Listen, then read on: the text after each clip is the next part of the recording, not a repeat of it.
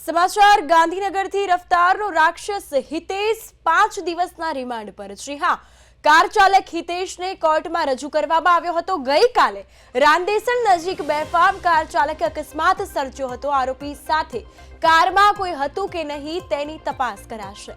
Overspeed અને નશો કર્યો હતો કે નહીં તેની પણ તપાસ થશે। તો આરોપીને કોર્ટમાં રજૂ કર્યો અને ત્યારે પોલીસે 7 દિવસના રિમાન્ડ માંગ્યા હતા।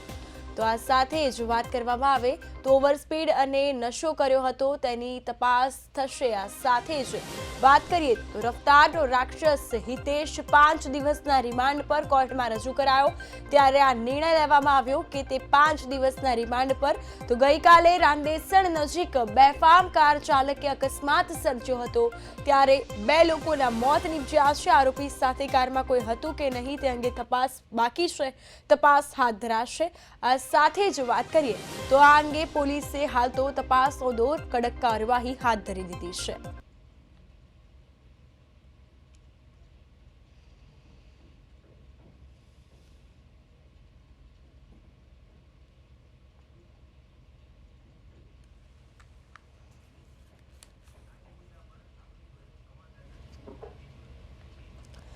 તો આ સાથે જ વધુ વિગતો માટે સંવાદદાતા દીક્ષિત દરજી જોડાઈ ગયા છે ગાંધીનગરથી। જી દીક્ષિત, તો 5 દિવસના રિમાન્ડ જે છે તે મંજૂર કરાયા છે, તેને લઈને વધુ વિગતો।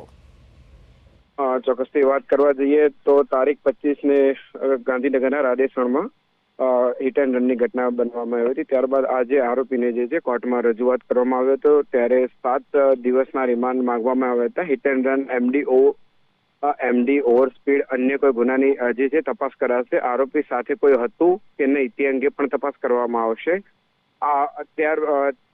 તે બાદ ગાડી ઓવરસ્પીડમાં હતી કે કેમ ગાડીને લઈ જવામાં આરટીઓમાં લઈ જવામાં સ્પીડની માંગ કરવામાં આવશે અને હાલમાં તેને નશો ના કર્યા હોવાનો ઉલ્લેખ નથી એટલી તપાસમાં આવી છે। જી બિલકુલ। તો દીક્ષિત, આ અંગે સીસીટીવી ફૂટેજ સામે આવ્યા છે, સ્થાનિકોએ પણ આ અંગે વધુમાં અપડેટ આપી છે। તો આ સાથે જ પરિવારજનોનું શું કહેવું છે અને અન્ય લોકો પણ ગંભીર રીતે ઈજાગ્રસ્ત થયા છે, તેઓનું શું કહેવું છે?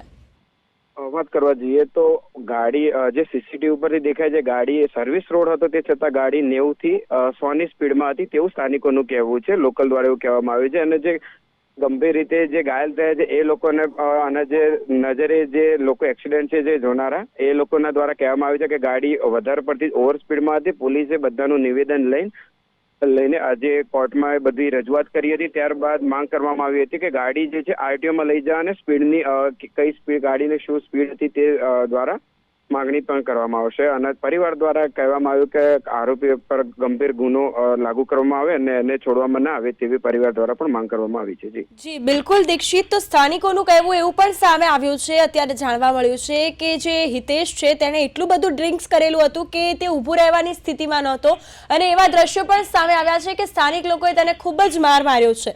તો પોલીસનું શું નિવેદન છે આ બાબતે?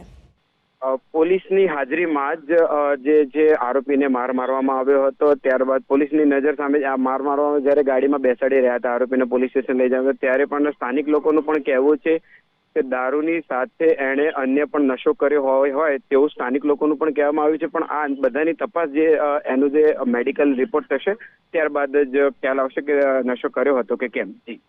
જી દીક્ષિત, તો આ સાથે જ ગાંધીનગર જિલ્લાના પોલીસ વડા કે રવિ તેજાએ કહ્યું છે કે 2023માં પણ તેના પર એક મારામારીનો ગુનો દાખલ થયેલો હતો। એ પણ હવે જાણવા મળ્યું છે કે 10 વર્ષ પહેલા પણ તે દારૂ પીને ડ્રાઇવિંગ કરતો હતો ને તે પણ ગુનો નોંધાયેલો છે। તો આ બીજો એક ગુનો તેના પર નોંધાયો છે। વારંવાર તે આવા ગુનાઓ કરે છે અને આવા ગુનાઓ નોંધાયા છે, તો હવે તેને કેવી સજા થવી જોઈએ, સ્થાનિકોનું શું કહેવું?